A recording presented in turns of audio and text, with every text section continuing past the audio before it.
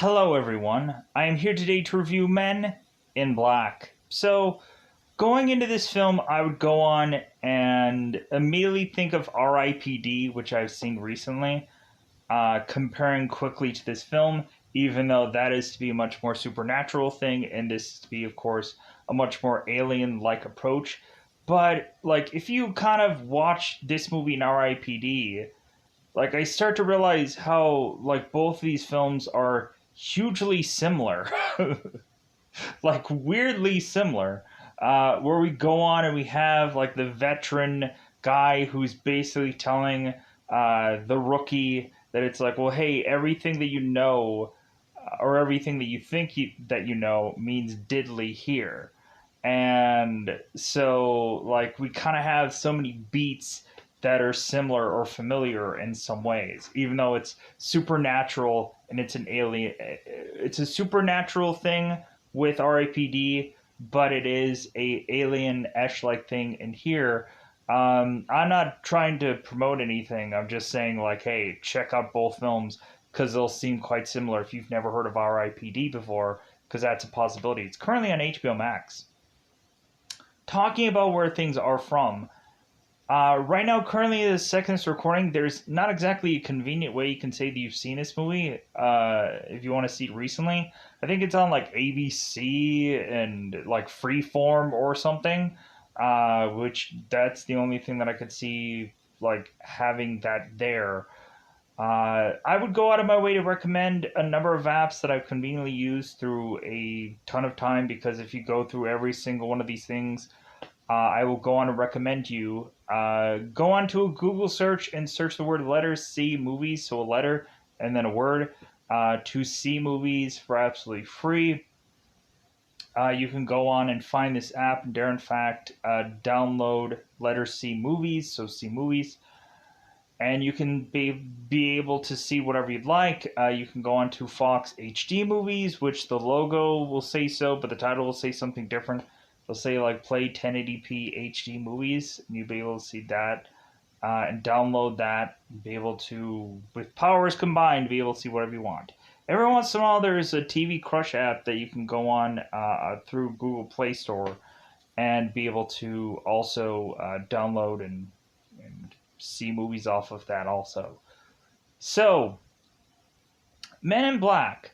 How do I feel about this? Well, I would go on and say that I've seen all of the films and I've gone on and also seen the animated series. At some point, I think in the later parts of the animated series, they do kind of go on and have it like kind of mimic this first movie at some point because we I think in one episode have Jay who is to lose his memory and or something along those lines and he goes through the exact same rung of things that he had gone through in first Men in Black film and he goes on and says the exact same lines as he does this first time around in the animated series. So if you've never seen the animated series before, it actually is a very fun thromp of a thing.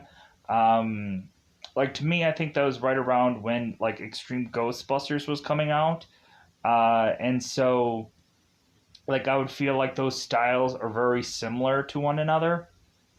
But anyways, so for Men in Black, the thing that I have to honestly go on and say is that really the first one is to, of course, be a really interesting, uh, really fun thromp of a story.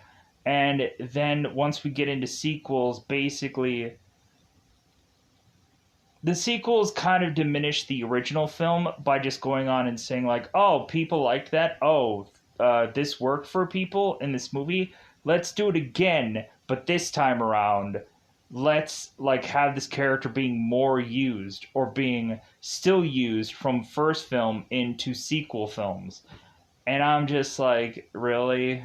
Like like that's the thing. Where all of a sudden you have to have a character in a much more prominent role and I'm just kind of like no. I would like to have a lot of fun with this film and just stay within this one film. It's kind of interesting when Will Smith was to have supposedly gotten the call for this movie, because we had it to where Will Smith wasn't really interested in another sci-fi film because he has gone on and done enough of that during that time period, like Independence Days and so on and so forth. But Steven Spielberg had to go on and convince Will Smith to go on and do this role because it's like, hey, just do the role, accept the money, like have fun. You'll enjoy the role. And so Will Smith is like, okay, like when I would just go on and I would hear like Steven Spielberg has some kind of interest in something that like having me be in a movie, having me like do something for a film, I'd be like, yes, sir. What is it that you would like? You don't say no to Steven Spielberg. You would immediately just be like, mm-hmm, sure, because that's what everybody else would go on to do. Like, yeah, like Steven Spielberg called me. I'm like, oh, what? That's what everybody would go on. Everyone else would go on and say. Um, so going into this film, we have a very odd, like villain like thing, who of course is called Edgar the Bug, or just like Edgar in a leisure suit of sorts and weird goofy things. Uh, if anything that I probably won't pay too much detail on is the weapons and or guns within this movie because they have weird goofy names like tri-barrel plasma rifle, whatever that means. We have like an Arquillian battle cruiser, sure, or Arquillian battle cruiser, something like that, something or other, that's going and trying to attack this thing called Earth, uh, and so on and so forth. We have a plethora of just kind of weird, goofy like weapons that is, of course, to be used. Like Jay, of course, eventually gets the noisy cricket that just goes on and kicks him back every single time he is to fire upon this weapon. But so this movie, I would have to say, is like I would say that this movie still is like somewhere in the ballpark of a good to great film, but I can't really decide which. Like to me, like I have a lot of fun with it, but I know a lot of people have a lot of problems with it. I like the fact that we have this movie to be, it kind of jumps around a lot. It doesn't have one definitive thing that they're doing in this movie.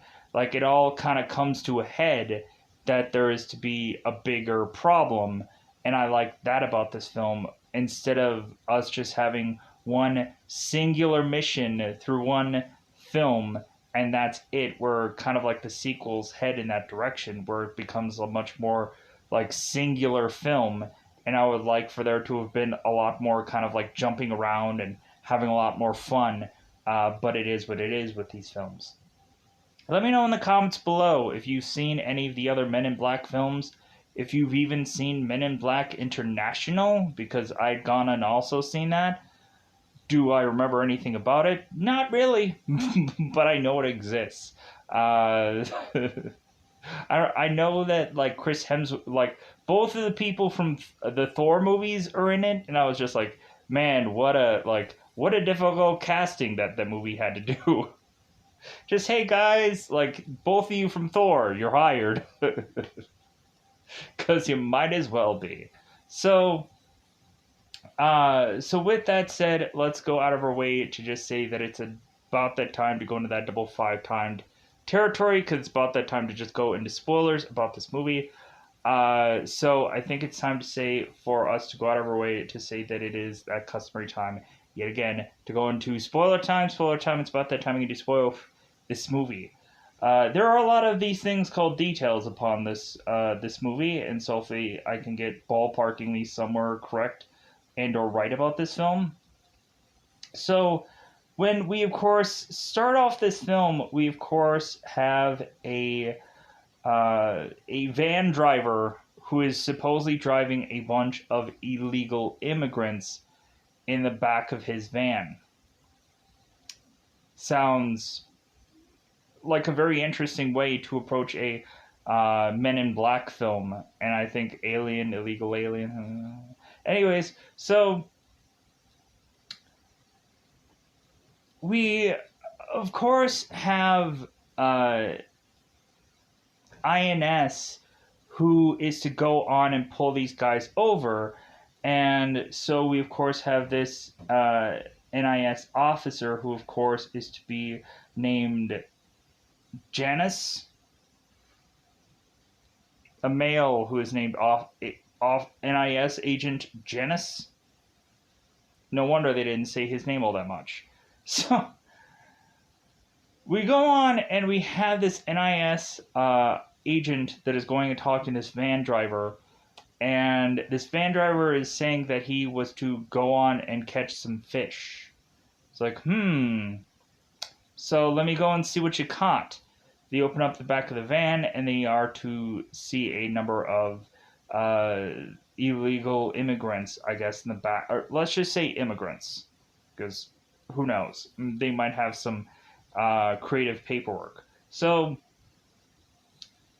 we, of course, go on and have this guy telling this van driver, this NIS agent, that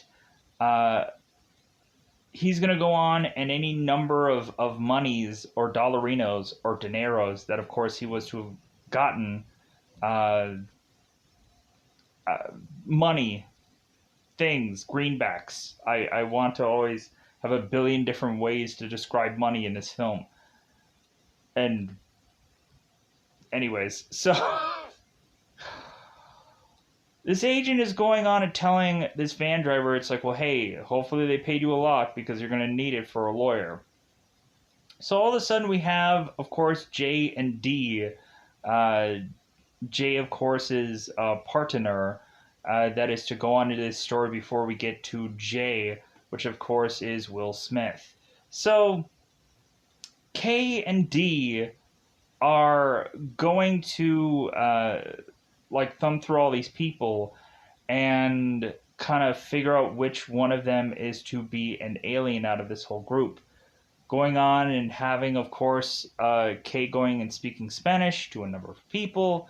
And so K turns to D and asking him, like, well, hey, like, who do you think the culprit is? And D's like, I don't know. So we go on and, of course, have K, who is to speak to Jose, and he starts speaking Spanish to him. And we go on and have K, who's saying, like, hey, like, in Spanish, he's like, I'm going to rip off your face, and I'm going to do all these horrible things, and so on and so forth. And so it's like, this guy is like, he's laughing. It's like, oh, so you don't know a word of Spanish, do you? And the guy just keeps laughing. He's like, it's like, so, like, I guess we found our man.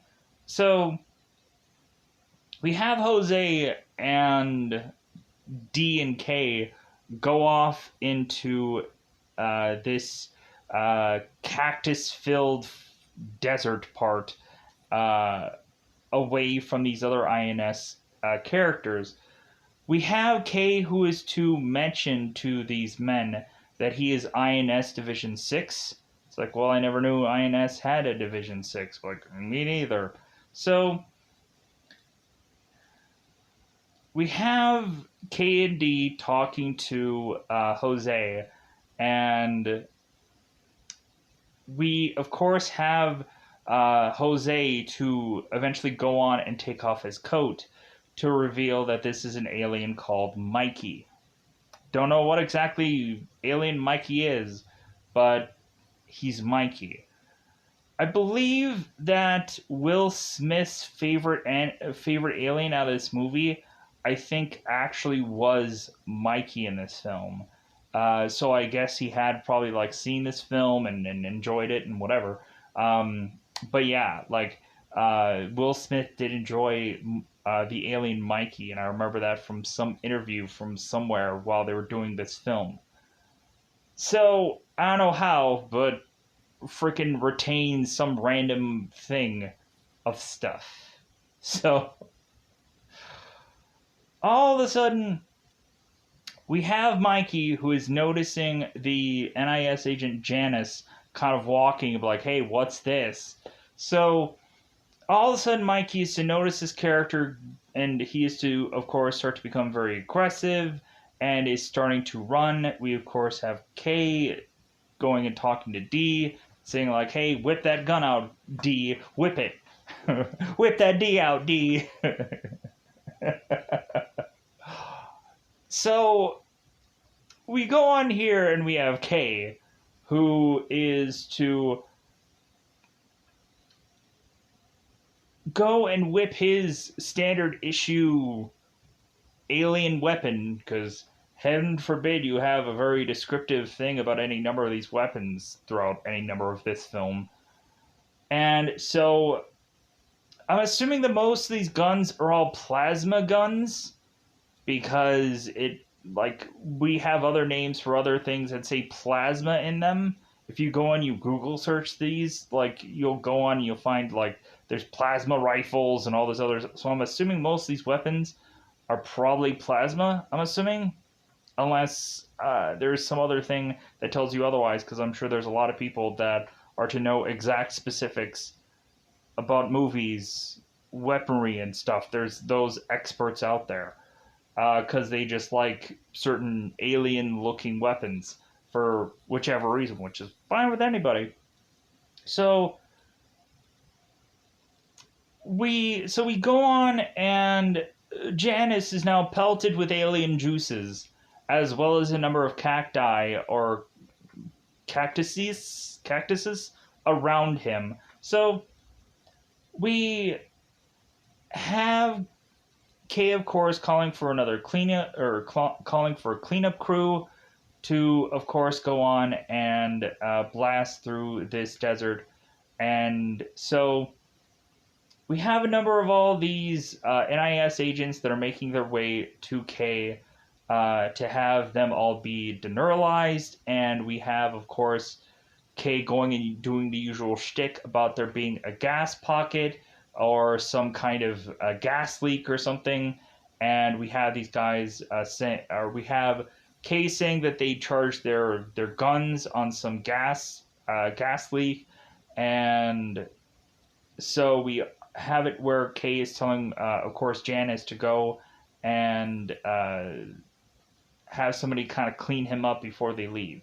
So we now go on and have Kay talking to D, and D, of course, is going, and he is to have this be his last case. And I'm like, okay, they're kind of in the middle of the nowhere. I don't know how exactly. Why should they, like, deneuralize D in the middle of nowhere? That just seems kind of weird. So, but D is to go on and mention the stars and how he's never looked at them before, but now, like, I guess since he's so close to retirement, or what would be the MIB equivalent of retirement, that we have D going on and mentioning, it's like, well, hey, like, look at the stars. So I guess every single time anybody is going to be retiring from MIB, it's like, hey, look at the stars. I've never looked at them before, but they really are beautiful. Because I think we go on and we have, like, every single time anybody's to get deneuralized, everything is always about the stars. It's weird. I don't know what it is, but it always is that way. So, so pushing on. So now, of course, we have Kay looking for a replacement for D, but also it seems slowly but surely Kay is also looking for his horse to ride off into the sunset by the end of this film. So we have, of course, a case of Kay going and running down this suspect with a number of police officers that are running behind Kay. It's like, hey, yeah, you go get him, Kay. Like, we're not gonna be able to catch this guy. So we have Kay going on and chasing after this guy who is to be a suspect, who of course is to have a gun called a reverberating carburizing uh, carburizer. Can you say that again with English? Reverberating carburizer with mutate capacity. How about a gun? so we have Kay that's subduing this suspect and chasing him down, and this guy whips out this gun for Kay to go on and smack this out of his hand, and Kay is to see a unique weapon coming from out of this guy's hand, so much so that Kay is so focused on it that this suspect gets away. Kay is to go on and continue to chase this thing down further and further into what I would assume would be a parking lot. So, like one of those kind of like parking lot, like things where there's a number of cars parked there and so on and so forth. So, we all of a sudden have Kay who meets at a rooftop with this guy, and he is to mention that the world is ending and that this guy all of a sudden is to blink, but is to blink very differently than a normal human would go on and blink, because he's blinking up and down, but then side to side. We end up finding out because they keep talking about this alien numerous times throughout the film, and they call him a cephalophoid. Or cephalopoid. Cephalopoid. There we go. And so we have Jay who's talking to this man, and we have him consistently further and further be backing up, going up against the ledge, so to speak. And all of a sudden, this cephalopoid is to jump off this building and fall to his death. And Kay is like, well, okay, well, I guess my job is done here. So we have Jay who goes on to talk to his superior and another officer, who of course is to be ragged on for the fact of his size. I think we of course have Kay talking to his first lieutenant Jake Jensen, and not quite sure what the other officer was, because it doesn't really say all that easily. So we of course have Kay, who is, or we of course have Jay, or really just Will Smith's character here, who I believe Jay's name was actually James. Anyways, it's not a big factor here. He won't be James for very long. So we have Laurel, who is to make her way to Jay or James, and is to mention that she is to see something weird at her morgue and would like for James to kind of go with her to this morgue to kind of see what it is that she is to have at some point. He's like, okay, cool, I'll go right to you.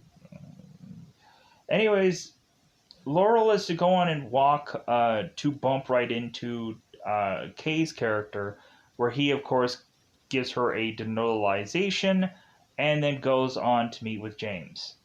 Mentioning that, of course, the thing of which that this alien was breathing was not eyelids, it was gills. Like he was out of breath. He was going on and doing his eyelids to just kind of breathe. So James is like, okay, that's weird. So Kay goes on and is to ask James here. It's like, well, hey, like, would you know that gun of which that this guy had if you saw it again? And he's like, most definitely. So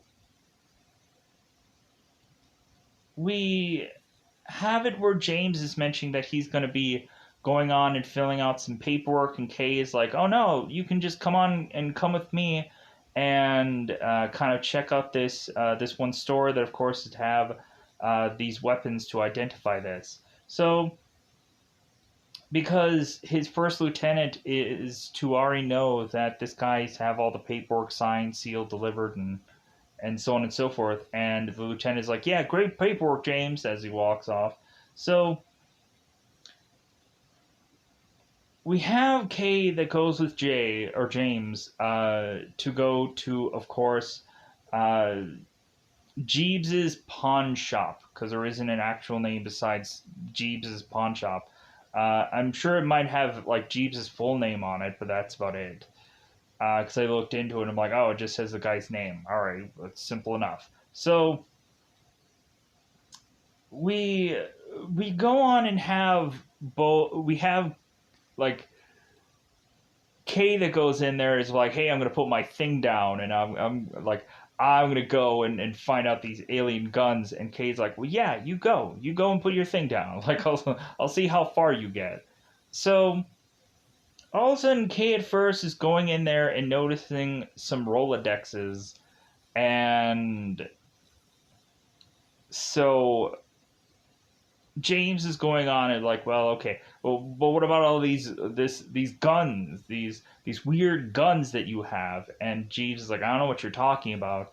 And so Kay strolls in there and is to whip out his alien gun and is to, of course, be like, hey, show him the imports, Jeeves, show him the imports, or I'll blow your head off. Of course, I have Kay who's like, hey, whoa, wait a minute. Kay, of course, goes on and is to blow Jeeves' head off, but we've realized that I guess Jeeves is to be able to grow his head back for whichever reason. And supposedly, I guess there is to be a number of heads that Jeeves is to have at some point. So you would have thought it's also like I guess it's lucky that like Tony Shalhoub would have been easily like kept in this movie because they probably would have drastically replaced him with someone else. So, because it probably would have happened. So, they finally show the guns, and of course, they again show us this gun that, of course, was the reverberating, carbonizing with mutated capacity and whichever.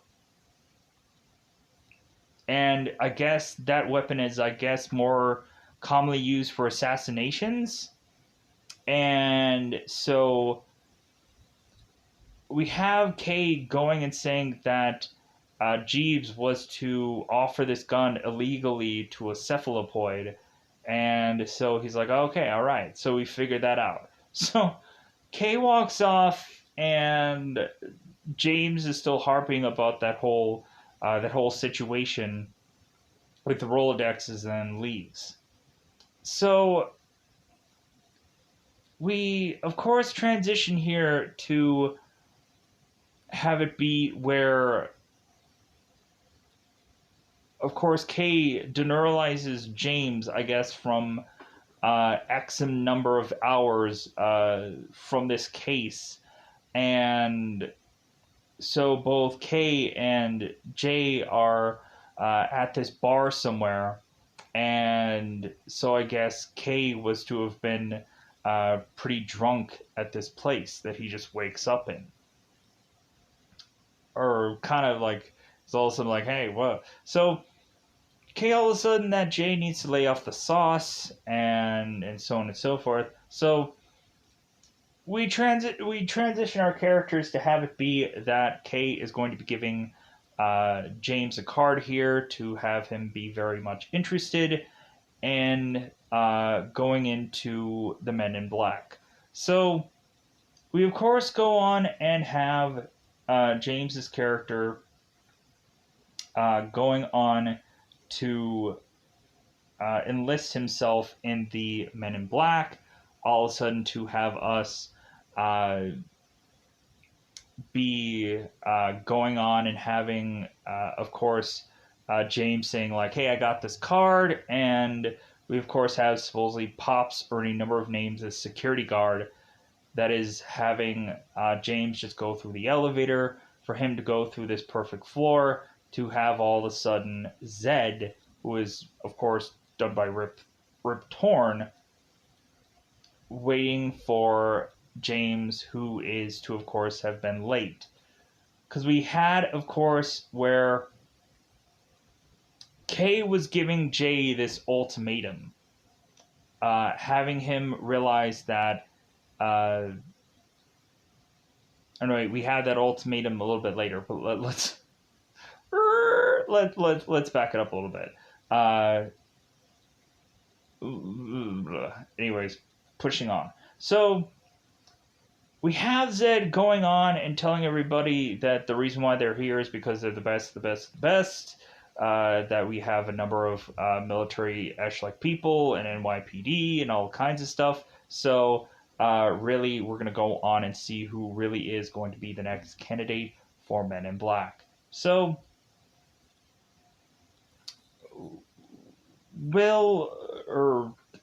James's character is just kind of like, I'm sorry, but why are we here? And of course, the one I believe military Ash-like character, not quite sure. I'm assuming he's a Marine. Sure. Not. I don't remember. We had the guy standing up, and he's going on and saying, "It's like, well, like this guy said he's here. Like we're here for the best of the best of the best, sir, with honors, this and that." And so we go on. We have James, who is to humiliate this guy because, like, but yeah, but like that means nothing. Why are we really here? Like, what is the real goal here? So they're just like, yeah, this guy is he's going to be a problem. So they go on and they take this test, and everybody is just trying to figure out how to like do this test via their chair or some kind of something.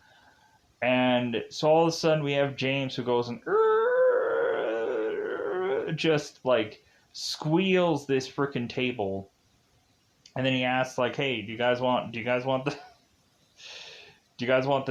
this table? Like, I'm gonna be doing this test on this table, and yeah, might as well." So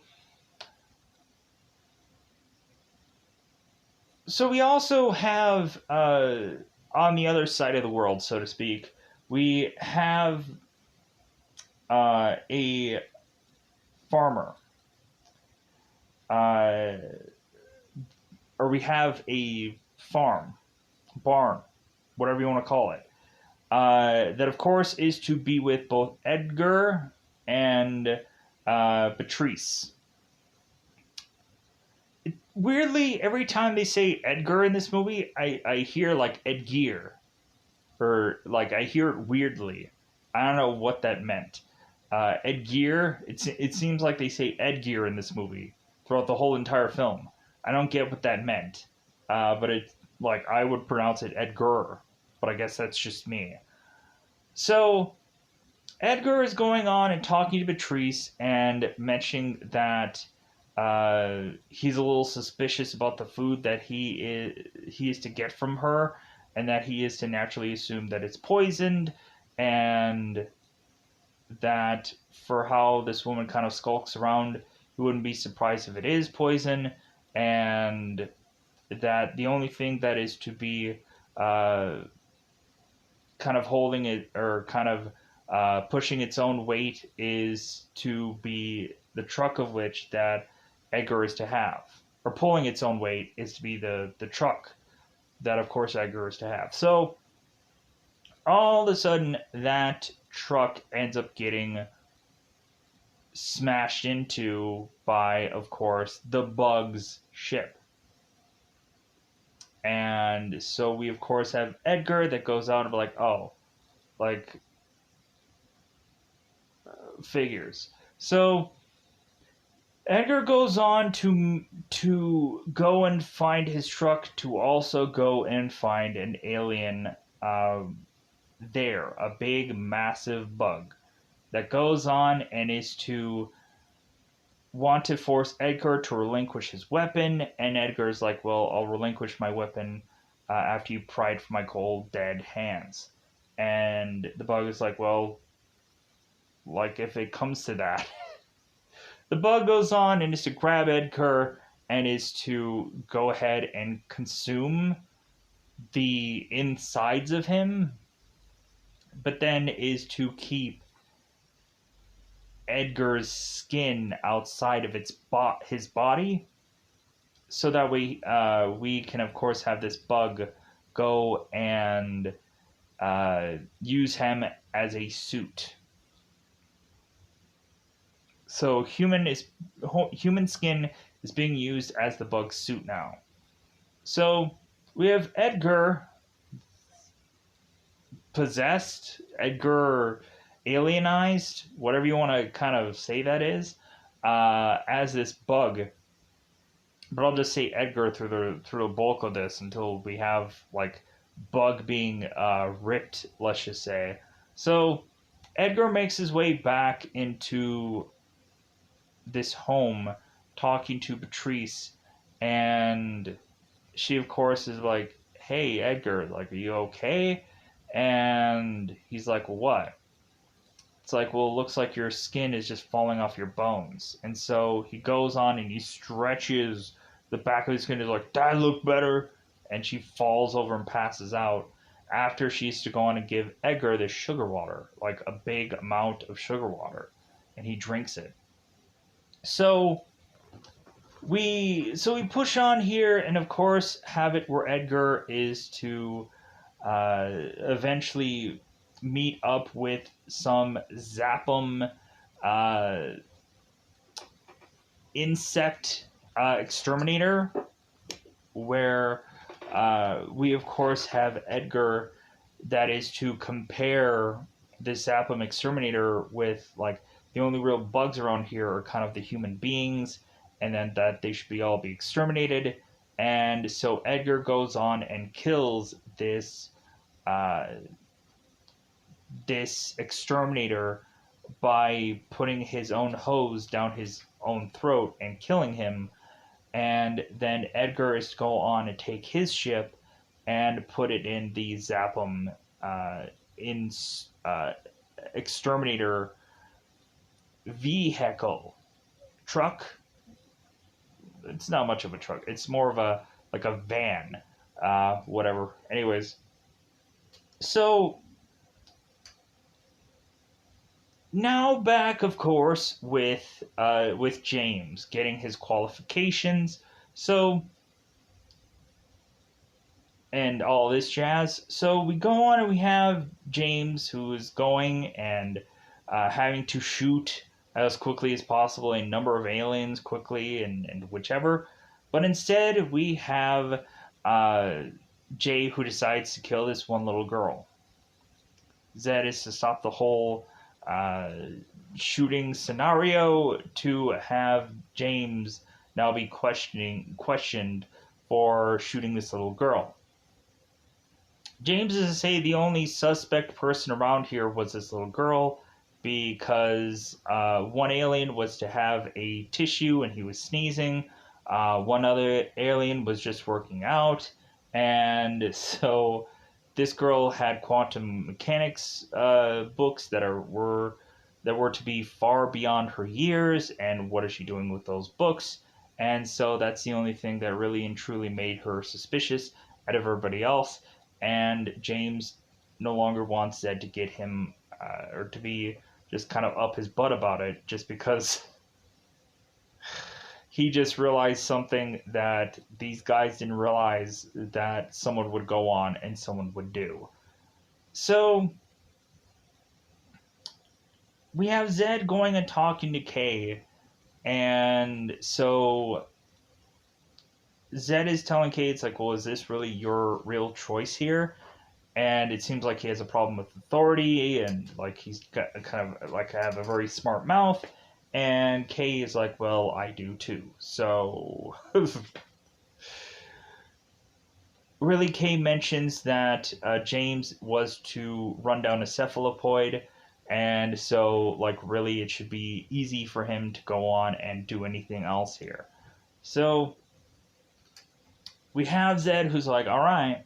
So we have Zed go on and take all these guys for an eye exam, which is to have them all be deneuralized. I'm like, why not just kind of have them all be agents somewhere down the road, anyways? But I guess that's just me.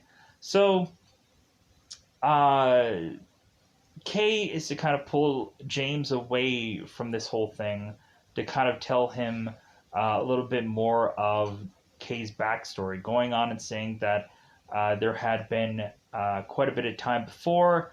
Of course, that time being uh,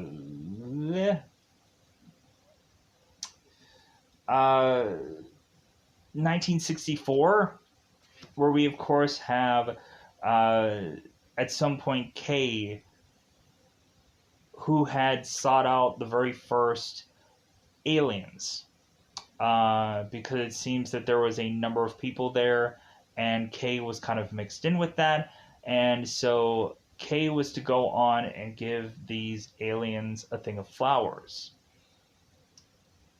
Going on, I think within the animated series at some point, I think those flowers are to be, of course, reshown within the animated series somewhere.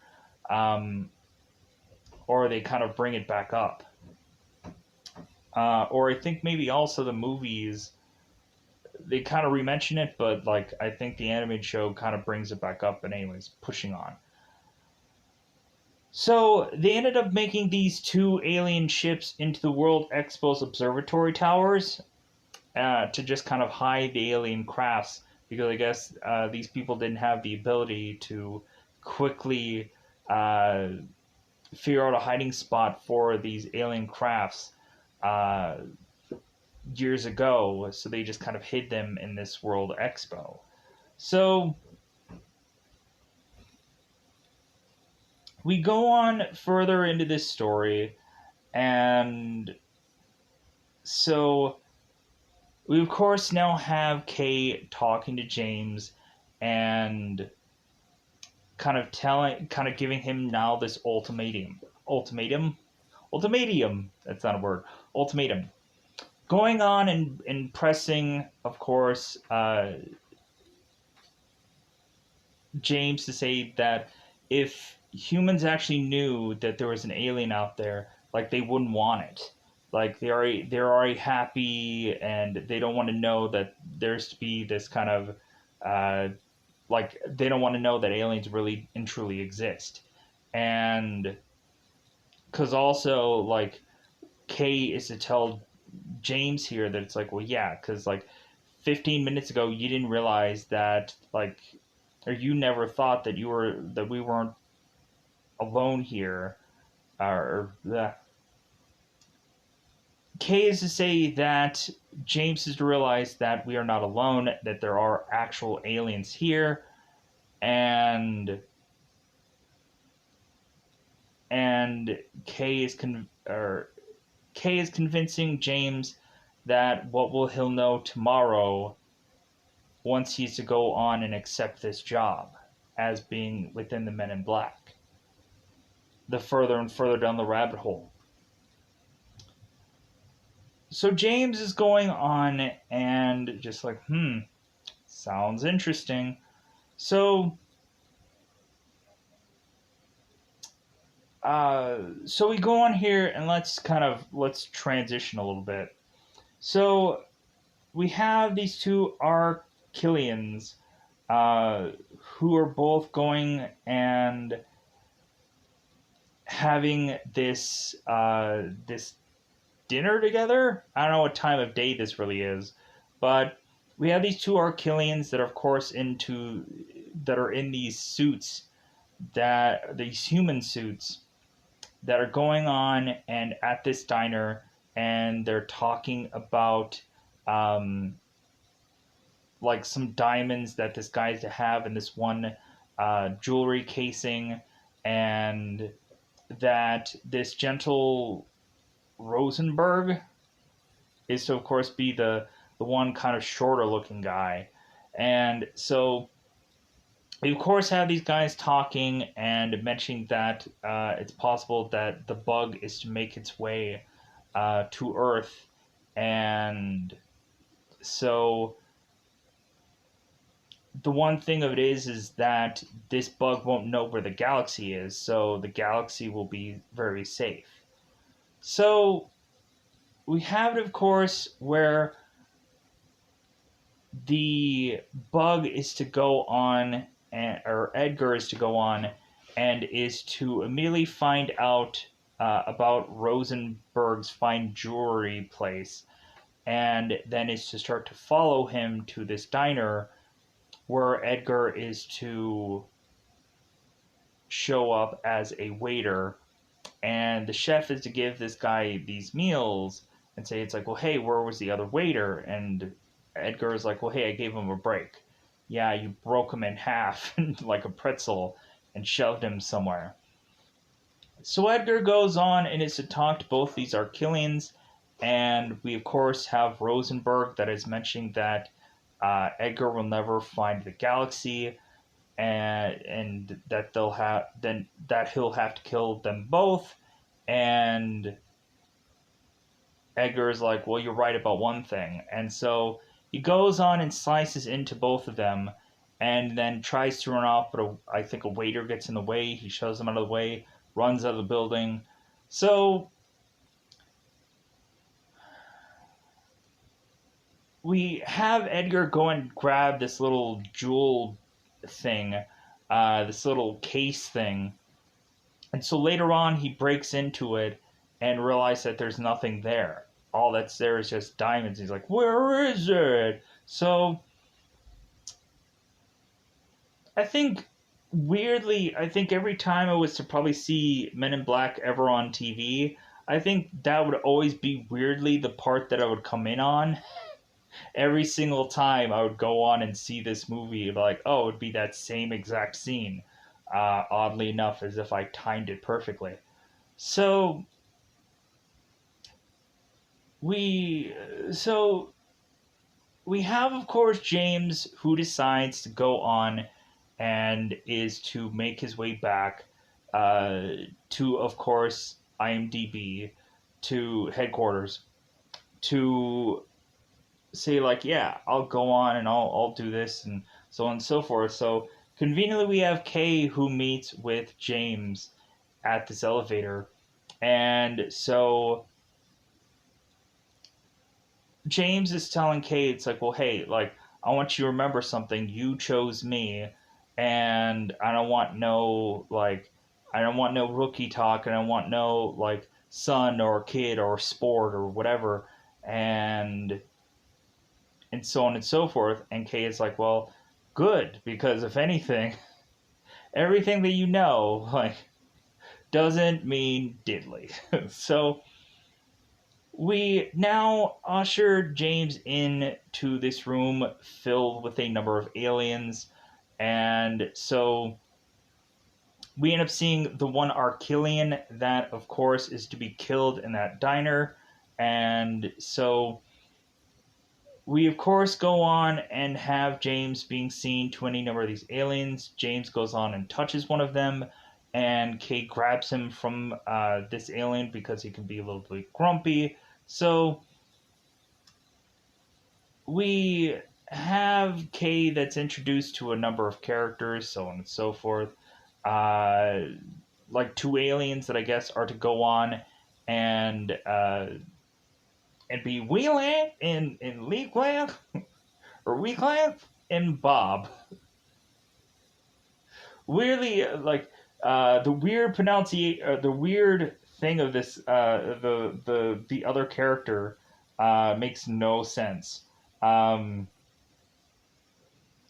Edik Key Cup, a Key Pup, Edik Key Cup, and Bob. But it sounds like we sounds like somebody saying what man. That's all. It seems like he's like that's all they're saying. And Bob. So we of course have James showcased that there is a number of humans or a number of people that James does think are humans, but actually they're aliens. And so we kind of showcase Danny DeVito, Sylvester Stallone, Steven Spielberg, yada, yada, yada. The list goes on. And so James is going on to saying, it's like, well, like, I remember, of course, uh, there was this teacher that we thought was like from Venus, and Kay's like, well, she's from Jupiter, one of the moons. So Edelson, sure.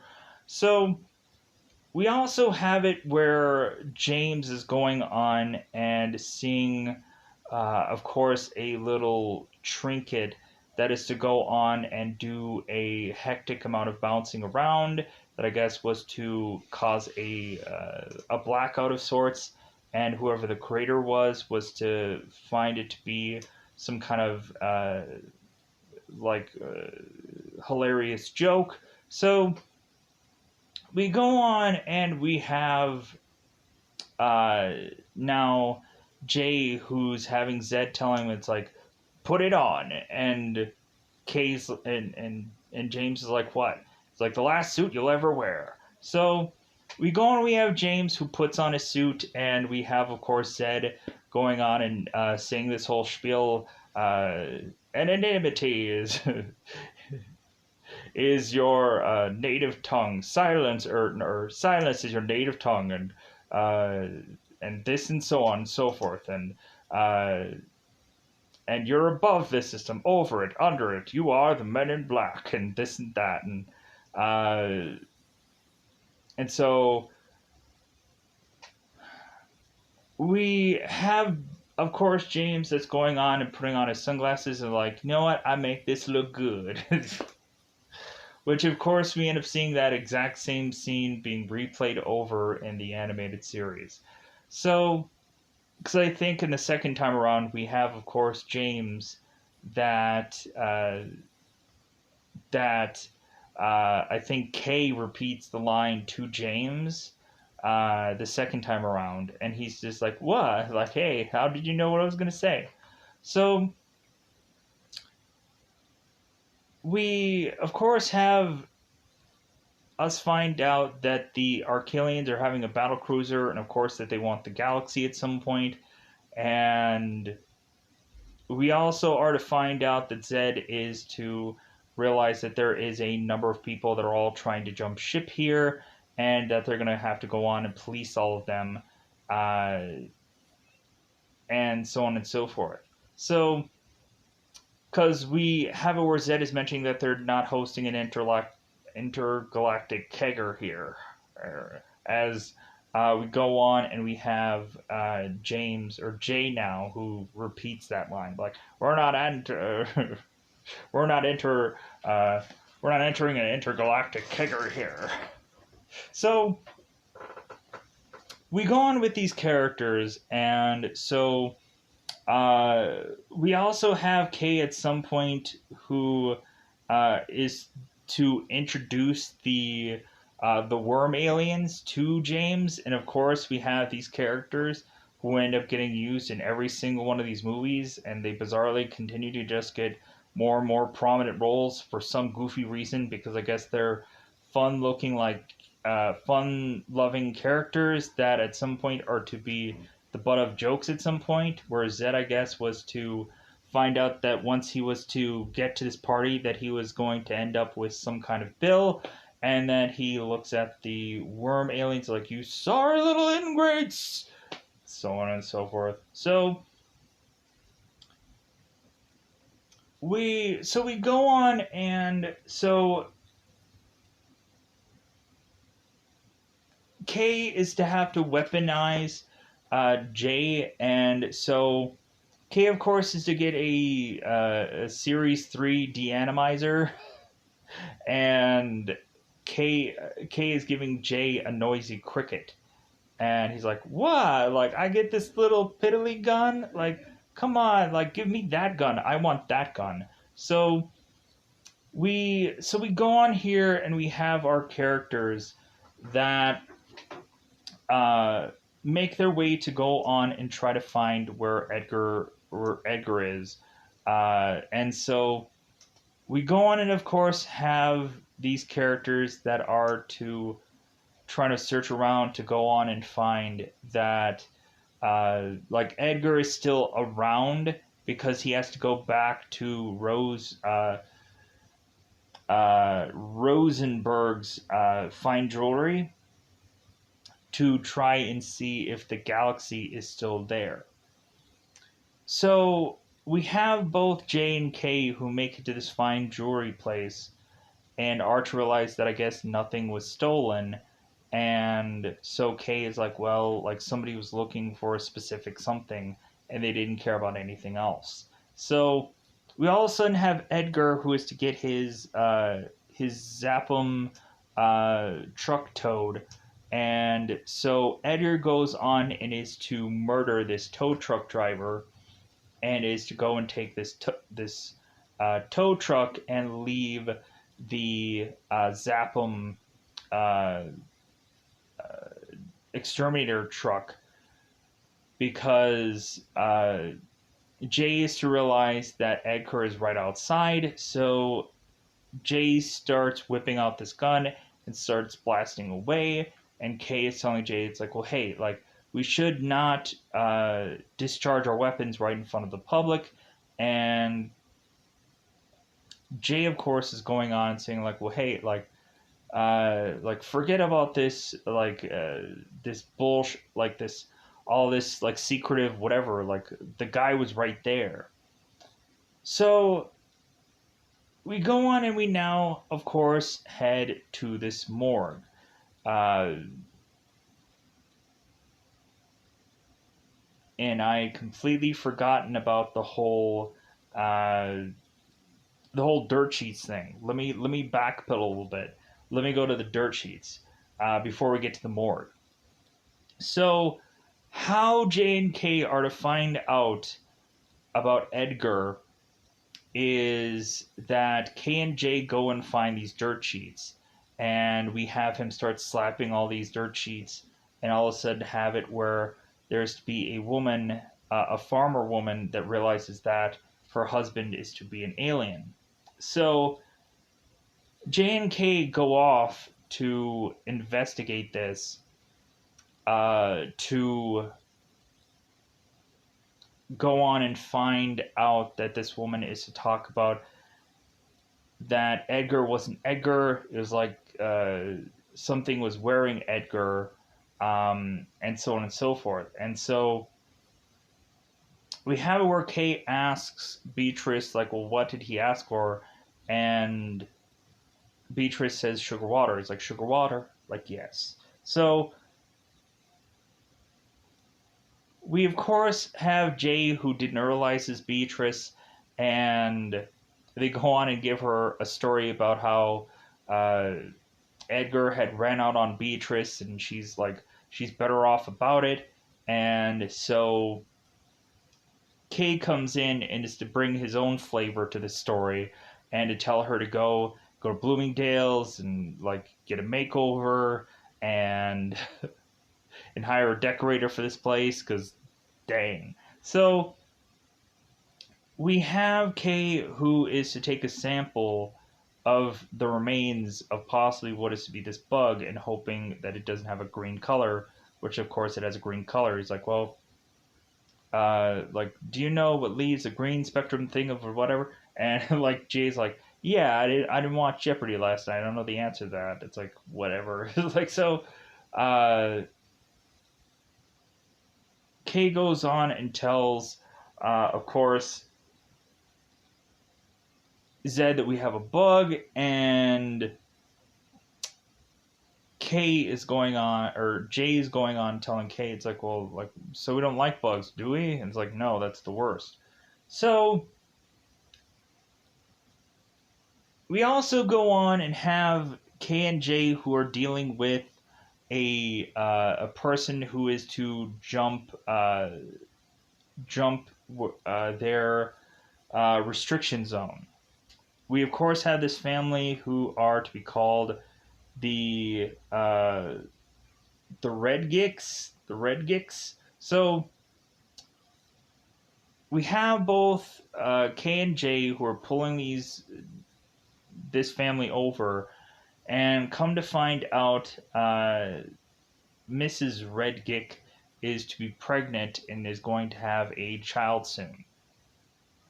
And so we go on and have this guy who is trying to leave the planet, trying to get a ship as quickly as possible, and come to find out at the same identical time, his wife is, of course, in labor. So we have Kay who's going on talking to Reggie and is letting Jay deal with this woman's pregnancy. That all he needs to do is just kind of catch, and that's all he really needs to do. So this woman all of a sudden is to be delivering this child, and all of a sudden we have this like tentacle that grabs Jay and is tossing him all around this car, and it's probably the most hilarious moment still of this movie, where we just have it where like just Jay is getting tossed around here and just putting through this car and back and forth through this car, and it's like, excuse me, miss, and like going back and forth and smacked around, to all of a sudden we have Jay who is to kind of get this baby, and we just have Kay who tells Reggie that he has a baby squid. Like that's all he really has. So Jay is going on and saying that like, hey, this is kind of cute, until it like basically barfs all over, of course, Jay's face, and then we have Kay who goes on and talks to Jay. He's like, well, did you like realize anything weird about that story? And Kay is looking at or Jay is looking at Kay, getting the names the letters confused, and Jay is like, really, seriously? So Kay is saying that why would Reggie desperately want to leave this planet so badly? Like, what got him so scared? So we, of course, have the Arquillian battlecruiser that is going on and making its way to the planet, trying to destroy it, desperately wanting the galaxy. So we go on and have both K and J who make it to this morgue and are going on to talk with Laurel, because she is to have two Arquillians in her morgue and she doesn't realize it. So they go to this morgue, and we, of course, have Lauren, who is to have Jay kind of come in here, as these guys have fake doctor names. And so Laurel is to have Jay go and put his hand into this body, and Laurel is telling Jay, it's like, well, like, do you feel anything unusual here, stomach, liver, lungs? And Jay is like, oh no, they're all fine. And Laurel's like, well, they're not there. And so Kay is just like, well, like there must be pieces of them somewhere. So like they must all be like compact wherever they are whole. I'm like, what kind of bullshit thing are you saying to this person? Because you don't know about like medical anatomy. Like I could probably go on and probably figure out maybe what a bodily organ is by shoving my hand up somewhere. But like, cause I don't know how many times in school they would go on and like forcibly tell us like, hey, what is this bodily organ? What is this? Whatever. But it's kind of different when you're going on and like and also sticking your hand into somewhere where you're just like rib maybe. When you can't really see, if you like opened a body up, you could probably. But again, I wouldn't recommend it. I went on and I watched like I went on to a criminal justice class, and I watched a video of them completely like dissecting somebody. Like they're cracking open the skull, they're like taking every bodily organ out, and they're cutting into every organ. I'm like, gross. And this like criminal justice like guy went on and was like, hey, like if you get, and if anybody who gets squeamish, it's okay, because Maybe one of you will probably be interested in doing this in a future career. Yeah, like if you either become a doctor or a CSI investigator, might have to do any number of that, or maybe you might be a mortician at some point. So we have Jay that is to forcibly want Kay to come over by this body uh, after Jay and Kay talk to one another and realize that this Archillian was to be something that Jay saw before, the taller one. But Lauren reveals that there's be this kind of secret little thing by this guy's ear, opening up this now thing where we see this alien inside this head, and he's mentioning that to prevent war, the galaxy is on Orion's belt. And Sokei is like, okay, whatever that means, as this Archillian dies. So Jay is telling Kay to come on over, as this Archillian is now dead. And so Jay is like, oh, that's too bad, because this is one of their like top Archillians, but that's too bad. So we have Jay telling Kay what this guy said, and he's like, I have no clue what that means. So we go on and have Jay talking to Zed at some point, and they're talking about Orion's belt, and it's just a number of stars, and like that doesn't make any sense. And Jay is like, well, hey, like I don't know about it, but that's what this guy said. So they were trying to figure it out. They were trying to put the pieces together. So we also have Kay who asks Zed like, how is it that these guys like do they ever sleep? And Zed is supposedly saying that they're on like 36-hour days, and I guess like they don't sleep very often. Like I guess it's something that you have to get used to, or you might have uh, a psychotic episode at some point. So we push on, and we have our characters that are now to be uh, having Edgar now figure out about the whole morgue thing, and he is going on to make his way to realize that the galaxy is on this cat, because Edgar was to go on and see this photo and see the necklace thing. So Edgar is also going to the morgue, where he's going and saying that he has something where from the previous owner that he is to be kind of like the next of kin who is to, I guess, get this cat. So this morgue assistant is going on and saying it's like, well, I need a number of documents that is to say all this, and so this guy starts swapping these flies and so on and so forth. So we had Edgar that how he's to go on to this morgue is he's to find this one guy that's kind of selling all these postcards, and Edgar is asking this guy like, hey, where do you keep your dead? He's like, well, City Morgue, as he goes and grabs this postcard that is to be from the World Expo. Going on and having Edgar realize he's going to need an exit, and he's probably going to need a ship to be able to fly out of here. So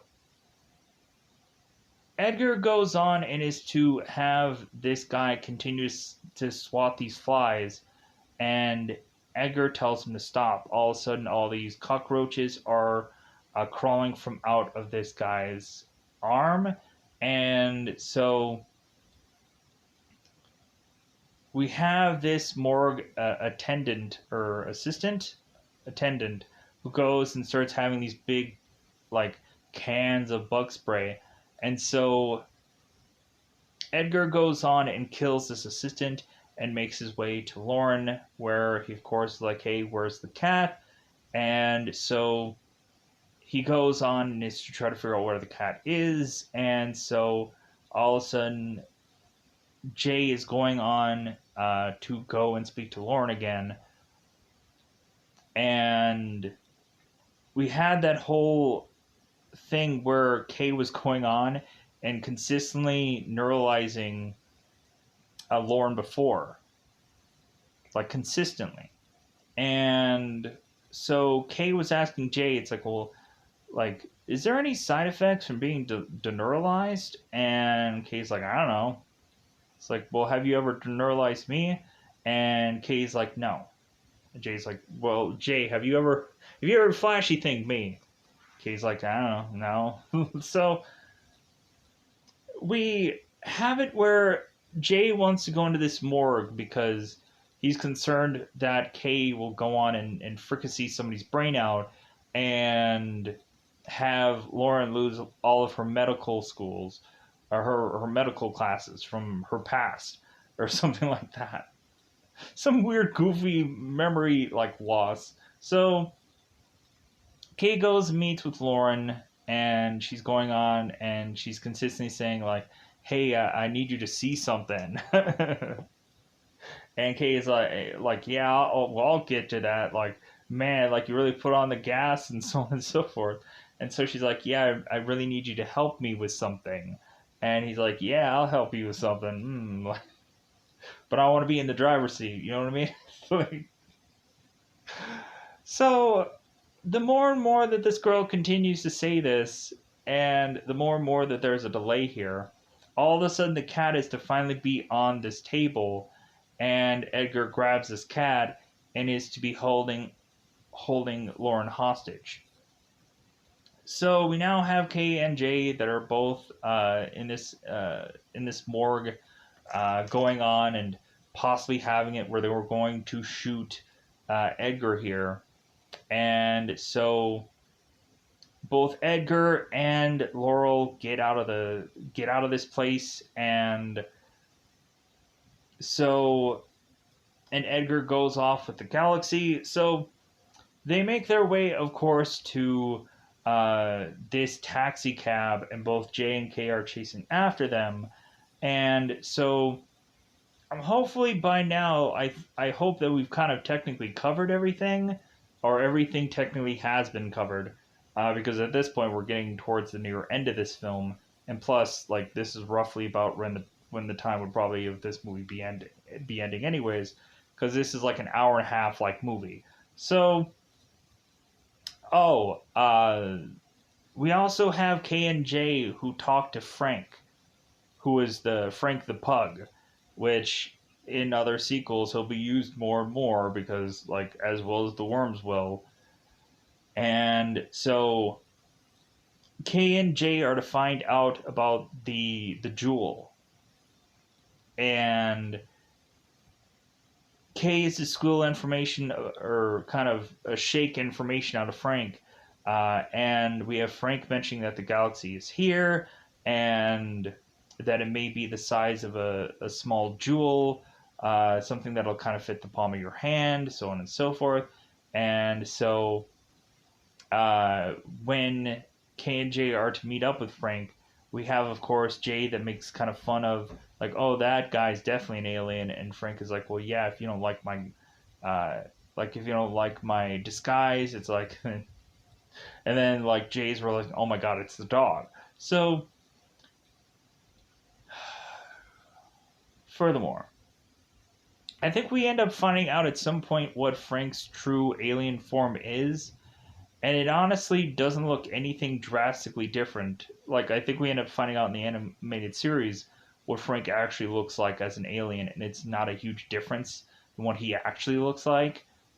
So, like, it's just kind of like, okay, that's a goofy thing. So, but we don't really see Frank past that moment, but he ends up getting used in so many other films somewhere down the road. And like he gets to become like an agent where he has like actual uses where he actually helps out the Men in Black at some point. So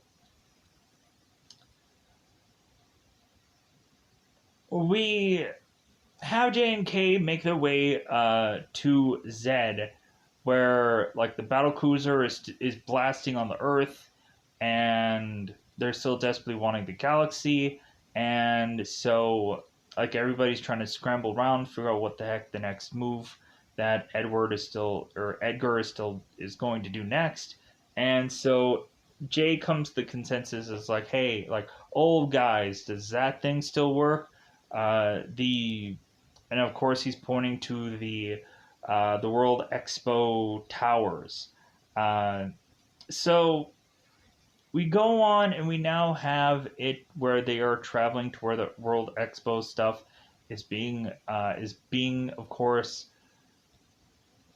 an existing thing at Queens. So we go on and we have of course Edgar and Laura trying to make their way to one of these ships as we have the men back that are slowly behind them. Uh, we go on and, of course, have Jay and Kay who have to go and use the red button of their Cadillac. And we had, of course, Kay who's telling Jay before this to never press the red button. Now they have to press the red button so they can kind of quickly get to where they're going because there's a traffic jam.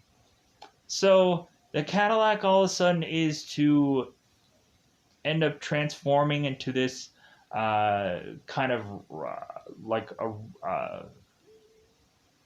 kind of like race car like version of this Cadillac, and so all of a sudden we have, of course, Jay, who I guess is never wear a seatbelt because Kay is to like tell Jay to wear his seatbelt, and Jay consistently doesn't wear it. So all of a sudden now Jay is to fall like all around this car, and he's like flipping under like all kinds of spots and whatever, as Kay is just easily driving through all this, and we have it where Jay is telling Kay that's like, you do realize that Elvis is dead, right?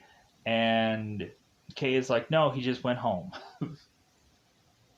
So we go on and we of course have these guys make it to this spot right as Edgar is to go off with the ship and try to fly out of here. So we have both K and J that are to go and get these plasma rifles out and are to go on and just shoot this alien ship because any kind of real specifics here to have K tell Jay what to do. Jay's like, huh?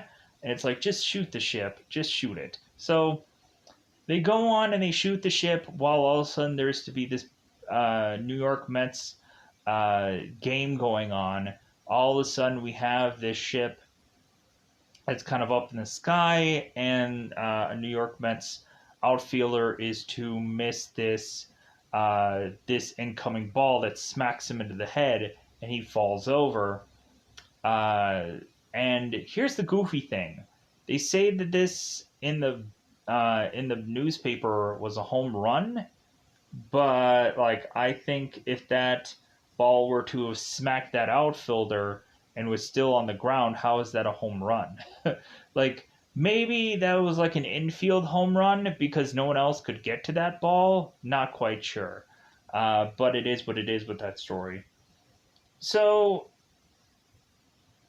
I think everything is technically covered at this point, with any knowledge of which that I have to have about this movie. So that's great. So that just helps out batteries and whatever for cell phones. That's great. So we push on here, and so the ship is to go on and crash seemingly through uh, that globe monument, and is to come kind of further and further right in front of both K and J, and K is kind of, or J is kind of looking at K, just kind of going on of like, shouldn't we move? Like, and so the alien is to come out of the ship, Edgar, and we of course have them trying to arrest him like any normal alien, and they're kind of telling him like, "Hey, put your hands on your head," and Surrender of the Galaxy, and so on and so forth. And so he's like, well, I'm going to put my hands on my head. Like that, right? And so all of a sudden we have Edgar kind of tearing his bodysuit to show that now he is to be, of course, the Bug or some big lizard. Yeah. Um, if anybody is, of course, to remember Ghostbusters 2, like, I think that that line had something to do with possibly this movie, but sadly enough, we don't have this villain being some big lizard, but I think, like, it's close enough. Um, but anyways, I just love that line anyways.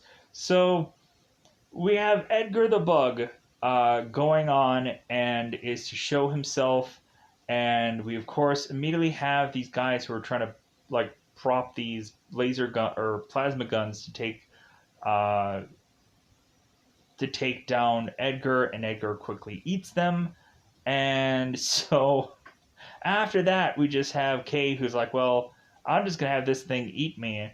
Uh, because I want my gun back. So we also have Edgar, who is to also have eaten the Galaxy little medallion or thing, jewel. So we, of course, have Kay that is convincing this alien to eat him and telling Jay whatever he's to do is to really keep this bug still on this planet. So we also had that one scene where Edgar was still in his suit and talking to Laurel, and Laurel was mentioning how she's like a queen or really important person, and if anybody was to see that this girl was to be dead, that uh, like a war would happen. And he's like, yeah, like I can't wait for a war to break out so I can feed like 7-8 million of my like family, or 70 billion of my family. Like, yeah, like let's break out this war. So we have, of course, Jay that needs to figure out how to persuade Edgar to uh, kind of like fall to Jay's distractions. Having Jay consistently smack uh, Edgar the Bug with a number of pieces of wood, going and taking this tree branch that's on fire. Weirdly, a random like tree branch on fire for whatever reason.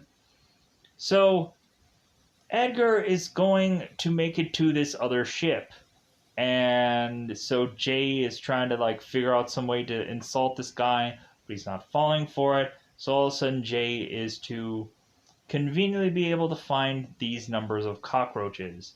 And then Jay bashes into this dumpster to find a lot more of them. So Jay realizes that this is the bug's weakness. So Jay goes on and starts crunching these cockroaches and starts squishing and crushing and whatever, all of them. And Edgar's like, what? Like I hear a crunching, I'm gonna do some munching. So we have Jay here. It's like, oh, like so you have a soft spot for these poor little bugs. And as he's crunching them, it's like, was that your uncle or was that your auntie? I can't really tell. So Jay continues to crush these bugs, going and making Edgar the Bug more and more upset. And so all of a sudden, we have Edgar that is so close to Jay, where Jay's going on and telling Edgar, it's like, well, you better get out my face or something bad's going to happen to you. And all of a sudden, we hear the sound of Jay kind of tuning up the band for his weapon. And Jay, of course, is saying too late. So we go on here and have the bug who is blasted in half. And so Jay is now telling Kay, it's like, hey, you went off to get your gun back, and Kay is like, well, yeah, I like this gun. Going on and having us have Zed call, or have Kay call Zed to tell them that they have the galaxy, and that to kind of make the Archelians aware of that. All of a sudden, we have Edgar, like the bug, the top half of this alien, going on and wanting to consume both either J or K without them realizing it. And so Lauren, with the tri-barrel plasma rifle, goes on and is to shoot the other half of this alien, and is to go on and tell these guys that you have a very interesting job. So we go on. We have J, K, and Laurel, who are all at these headquarters, and so Kay's going and telling Jay that uh, like he wasn't going to train a partner, he was training a replacement, and that Kay is to start to look up at the stars and how they are very beautiful. And so Kay is going and giving Jay this neuralizer and saying that the one at the bottom, of course, is years. And so there's a one of 100 memories that Kay no longer wants. And so we have Kay that mentions to Jay that he'll bump into him sometime, and Jay's like, no, you won't. So we go on and we have, of course, Jay that deneuralizes Kay and has him supposedly make it back to his wife out of a 35-year coma.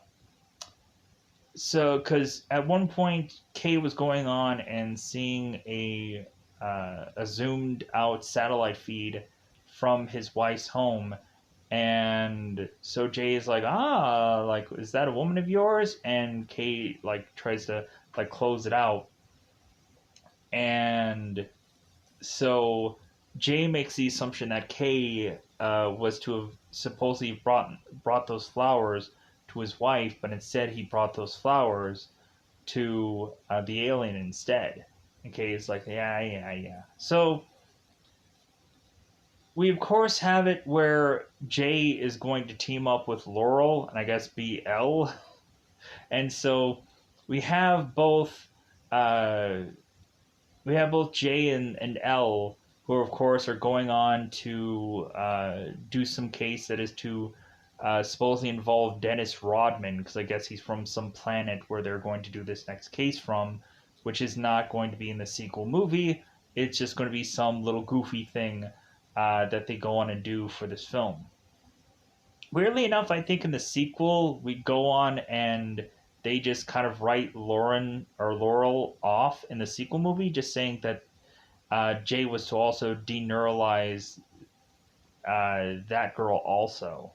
So, because I guess in the sequel, Jay just starts to deneuralize all of his partners, so he doesn't really have much of a partner for the sequel film. Um, but they do a lot of interesting stuff in the sequels, but like it just feels like a weaker endeavor for a lot of these Men in Black films. But anyways, I think I'm gonna get out of here. I've talked for far long enough. I've almost talked for the length of the film, so I'm gonna get out of here. Bye, everybody. Bye, everybody.